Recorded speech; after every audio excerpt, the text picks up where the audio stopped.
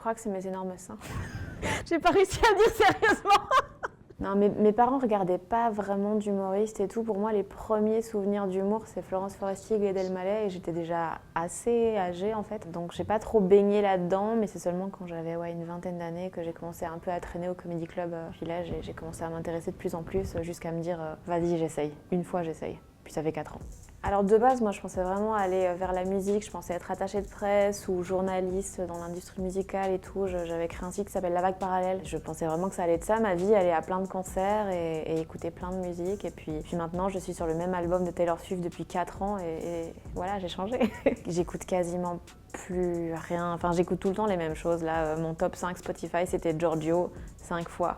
Vraiment, je suis assez monomaniaque là-dessus maintenant et j'ai beaucoup moins le temps pour découvrir des trucs. Mais j'essaye d'aller à des concerts des fois, mais c'est quand même rare parce qu'en général, le soir, je joue. Donc, alors en fait, moi, je prends souvent les problèmes dans le mauvais sens. Et en fait, quand j'ai booké mon premier créneau, un open mic au Kings of Comedy Club, j'avais encore rien écrit. Donc vraiment, je me suis dit, si je me book un créneau, au moins je serais obligée d'écrire, donc j'aurais plus le choix, je pourrais plus annuler. Et donc c'est seulement après à m'être inscrite que j'ai commencé à écrire des blagues et que j'ai écrit mon premier 5 minutes. Je pense qu'il y a un peu une patte à l'arrache, je pense peut-être un peu belge aussi, le côté « Ah, tu sais quoi, on verra et tant pis ». C'est pareil pour mon premier spectacle, j'ai booké une soirée, je lui ai dit « Ok, le 13 juillet, j'aurai un spectacle ». J'avais que 40 minutes et il me manquait une grosse demi-heure de texte et je me suis dit « Ouais, vas-y, au moins je serais obligée de le faire ». Si je me mets pas des objectifs comme ça, juste je reste au lit et je regarde du foot et je fais rien. Ce qui a fait démarrer les choses très fort, c'est que voilà, je faisais des plateaux, je commençais à écrire mon spectacle et tout, mais ce qui a vraiment fait bouger les choses, c'est que j'ai fait une vidéo qui s'appelle Le Malaise, qui est un sketch qui, je pense aujourd'hui, il y a 20 millions de vues. Avec mon mec, on a lancé un petit jeu qui consiste à dire le truc le plus choquant possible en public. Et ça a fait que Montreux m'a repéré, que France Inter m'a repéré. 1 an après avoir commencé le stand-up, voilà, j'étais chez France Inter, j'étais à Montreux et tout s'est enchaîné très très vite, quoi. Alors là, j'ai écrit un roman, ça m'a pris pas mal de temps. J'ai réalisé un court-métrage aussi qui s'appelle Bingo. Et donc là, on est en train d'entrer en montage et je suis très contente. Donc il y aura aussi la promo de ça, il y aura probablement les festivals et tout. Donc ça va déjà me faire pas mal sortir de chez moi. J'ai racheté un bout du Kings of Comedy Club à Bruxelles parce que sinon c'est trop facile. C'était vraiment cette idée de eux, ils m'ont fait confiance.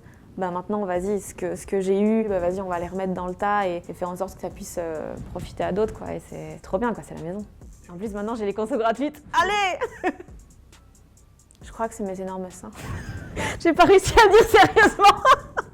Je sais pas, je pense qu'il y a un peu ce côté, genre je bosse énormément, vraiment je bosse beaucoup et tout. Et en même temps, il y a ce côté un peu balèque et je trouve le mélange peut être bien parce que c'est à la fois très travaillé, à la fois très naturel aussi parce que j'ai pas trop de filtres, j'ai pas assez de filtres, me dit ma mère. Je pense que c'est un peu ce truc-là, très naturel, quoi. Je dirais, fais ce que tu as envie d'entendre plutôt que d'essayer de faire ce que tu penses que tu dois faire parce que tu as vu d'autres gens le faire.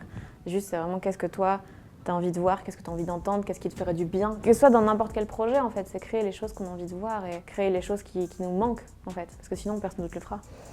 C'est d'arriver à faire des choses que je trouve très en phase avec moi-même et que ça plaise quand même aux gens. Parce que c'est facile de faire des choses qui vont plaire aux gens, mais des fois c'est de la merde. Et du coup c'est un peu compliqué à quel point j'ai envie de leur plaire, mais à quel point j'ai envie de faire un truc qui moi me ressemble et tout. Et là j'ai eu la chance de trouver quelque chose où vraiment j'y vais sans filtre, en faisant un truc que moi j'aurais envie de voir. Mais il se trouve que ça plaît aussi à d'autres gens, alors que de base je pensais que ça allait rester un truc de niche et tout ça. Donc ça, ouais, je suis très contente de ça.